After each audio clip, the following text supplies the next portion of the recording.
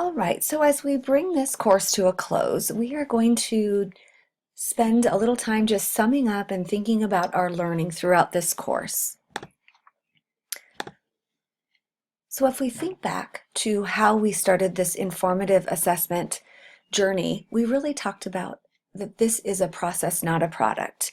It is informative assessment, also known as formative, as it informs teachers about current understandings and helps us determine our next instructional steps.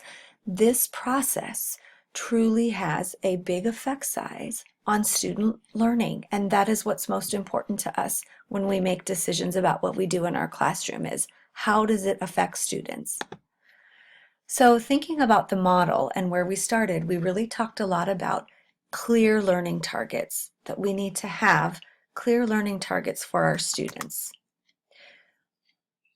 Once we know what it is we want them to focus on, often using I can statements, now we engage them in tasks, effective questions, assessments, and while they're engaging in these activities, we blur the lines between instruction and assessment, so keep that in mind. Students are self-assessing, thinking about where they are in their learning. We use different student tools and strategies to collect information and evidence while they're engaging in these various activities.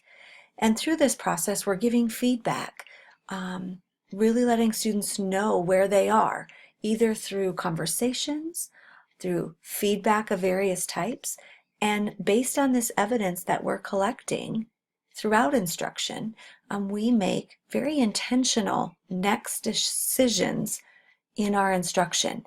And this process just continues. Remember, the purpose of this process is to move students' learning forward and also to inform us about the effectiveness of our instruction.